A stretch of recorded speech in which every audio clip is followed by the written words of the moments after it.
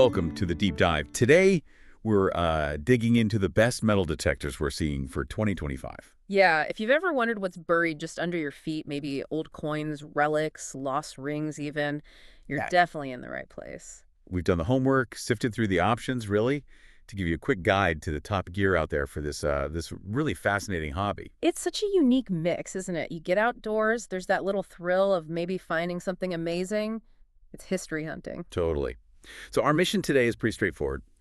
Unpack the best detectors for different folks, different budgets. Consider this your shortcut. Let's get into it then. Where should we start? Okay, let's kick off with a really popular one, the Garrett AT Pro.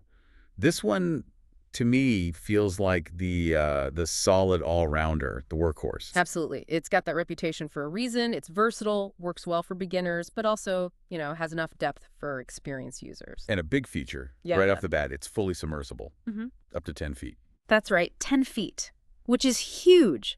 Think about wading along shorelines, lake edges, even shallow creeks. That really expands where you can hunt. Big time. And tell me about the audio. I hear it's more than just a basic beep. Oh, definitely.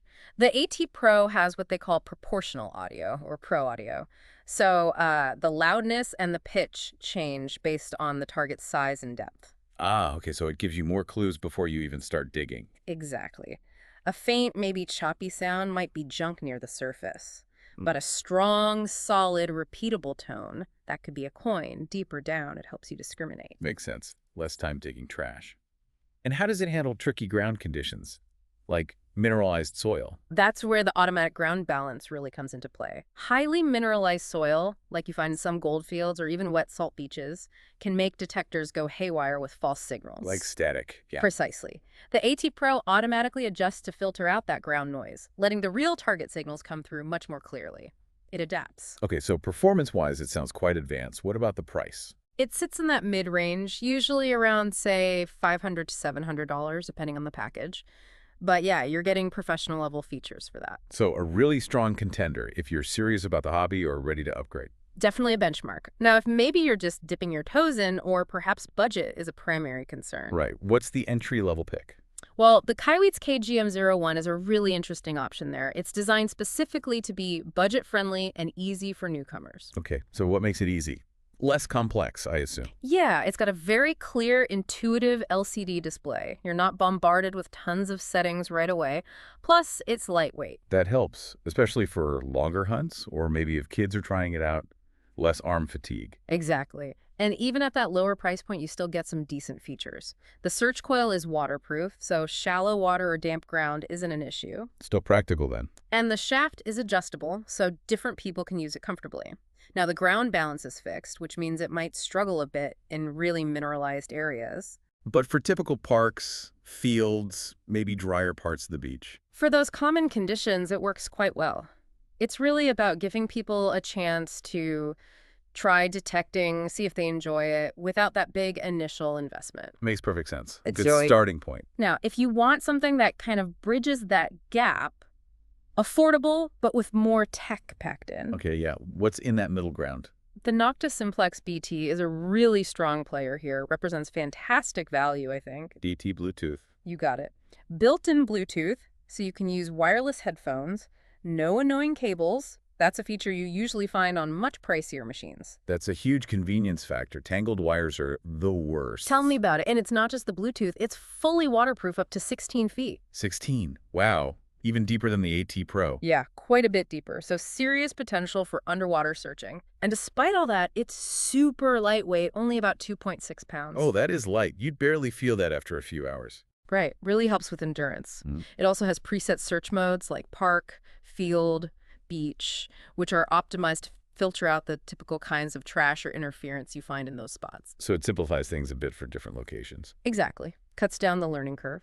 And the price point is usually around $300. So you're getting waterproofing, Bluetooth, lightweight.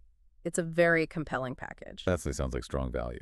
Okay, what about another one in that sort of price bracket? I know MindLab has something interesting. Yes, the MindLab Vanquish 440. This one brings a different kind of advanced tech to the table. Multi-IQ. Multi-IQ. That's their multi-frequency technology, right? Can you break that down a bit? Why is that a big deal? Sure. So, most detectors operate on just one single frequency.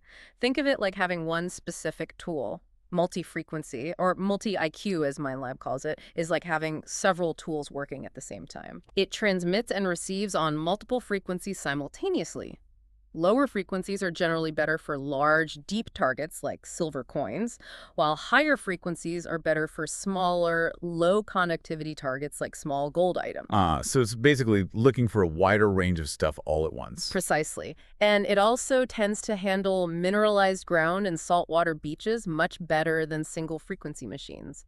It gives you a more complete picture of what's under the coil. That sounds like a significant advantage, especially in tricky conditions. It can be, yes.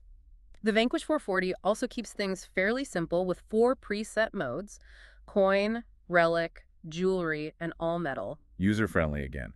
And waterproofing.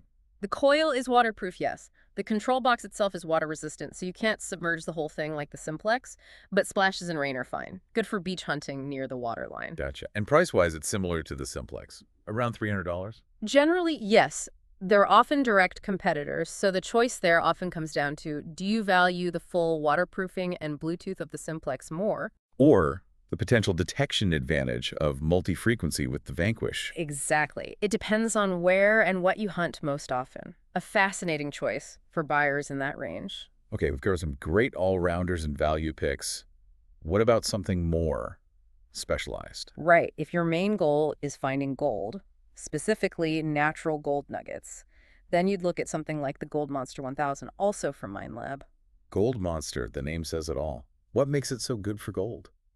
It operates at a very high frequency, 45 kilohertz. Remember how I said higher frequencies are better for small, low conductivity targets? Right, like tiny gold pieces. Exactly. Gold nuggets are often very small, and this high frequency makes the Gold Monster incredibly sensitive to them, even tiny flakes that other lower frequency detectors would just ignore. So it's really fine-tuned for that specific task. Is it complicated to use? Specialized gear sometimes is? Surprisingly, no. It's designed to be pretty much fully automatic. It handles the ground balancing, sensitivity adjustments, and noise canceling mostly on its own. Oh, interesting. So accessible even if you're new to gold prospecting specifically. Very much so. It even has this unique gold chance indicator. It's a visual scale that basically tells you the probability that the target you've detected is iron junk or potentially gold. That sounds incredibly useful.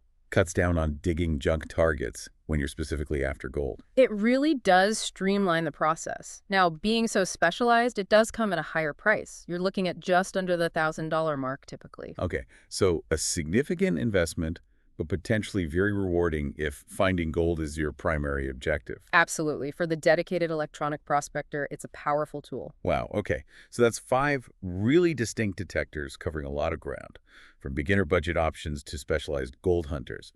For you listening, how do you actually pick? It seems like a lot to weigh up. It really does come down to thinking about you. What are you most excited about finding? Are you dreaming of old coins and relics in fields? Or maybe finding lost rings in modern jewelry down at the beach? Where will you be spending most of your time detecting? Exactly. And what's your budget, realistically? Yeah. Be honest about that. Also, think about who might be using it. Good point. If it's for the whole family, maybe something simpler and lighter, like that Kaiweets, is the best starting point, right? Get everyone involved easily. Definitely. You can always upgrade later if the bug really bites. Build that confidence first.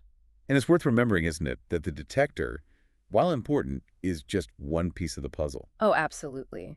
The real magic is often in the process itself. Being outdoors, the anticipation, that connection you feel when you pull something out of the ground that hasn't seen daylight in decades or even centuries. Yeah, that moment of discovery, Mm-hmm. connecting with history or even just nature. It's more than just the gear. It truly is. It's about the adventure. So true. So maybe think about that as you consider these options. What kind of adventure are you looking for? What stories are hiding out there, waiting for you to uncover? A great question to ponder.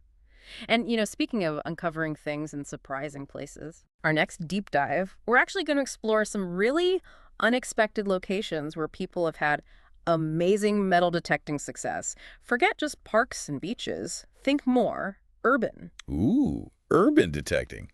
That sounds intriguing.